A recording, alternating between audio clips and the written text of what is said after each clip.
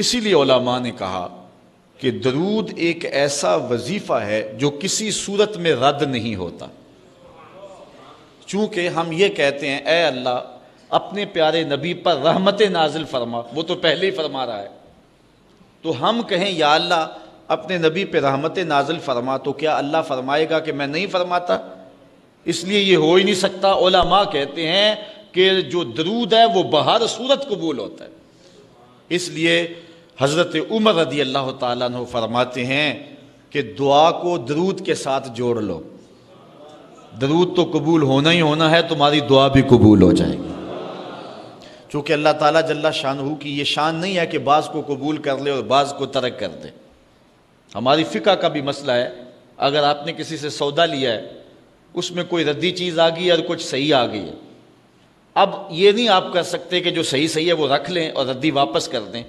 یا تو وہ صحیح کے ساتھ ردی بھی قبول کرنا پڑے گی اور یا پھر جو ہے وہ صحیح بھی واپس کرنا پڑے گی۔ یہ نہیں ہوگا کہ مرضی کی رکھ لی اور مرضی کی واپس کر لی، یا سارا سودا قبول کرنا پڑے گا یا سارا سودا واپس کرنا پڑے گا۔ تو اللہ تعالیٰ جل شانہ کے حضور جب درود کے ساتھ دعا مانگی جائے تو پھر اللہ تعالیٰ جل شانہ اس دعا کو چھانٹ کے الگ نہیں کرتا کہ میں نے یہ نہیں قبول کرنی، درود کے ساتھ جو مانگی ہوئی دعا ہے اللہ وہ بھی مستجاب فرما لیتا ہے، وہ بھی قبول فرما لیتا ہے۔ درود پاک وہ بابرکت عمل ہے کہ جو اہل ایمان کو تعلیم دیا گیا۔ علماء نے لکھا کہ زندگی میں ایک مرتبہ درود شریف پڑھنا فرض ہے، اور جب حضور علیہ السلام کا نام لیا جائے اس وقت درود پڑھنا واجب ہے۔ اس کے علاوہ بھی وجوب کے اور بہت سارے مقامات علماء نے بیان کیے کہ حضور نبی رحمت صلی اللہ علیہ وسلم کا فرمان حضرت ابو ہریرہ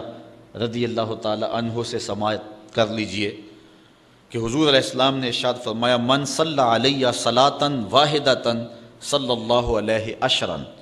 جو میرے اوپر ایک مرتبہ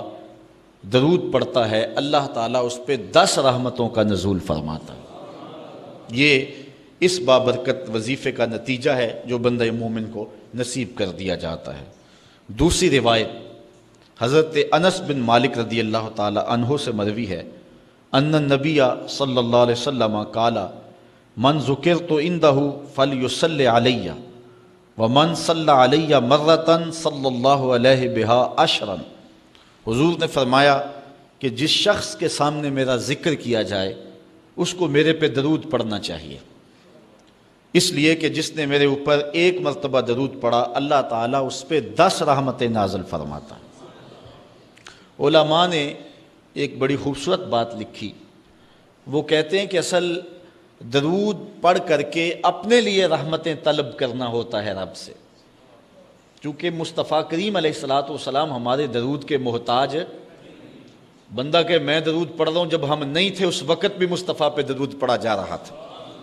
جب کائنات کو خلط وجود بھی نہیں دیا گیا تھا مصطفیٰ پہ درود اس وقت بھی پڑھا جا رہا تھا۔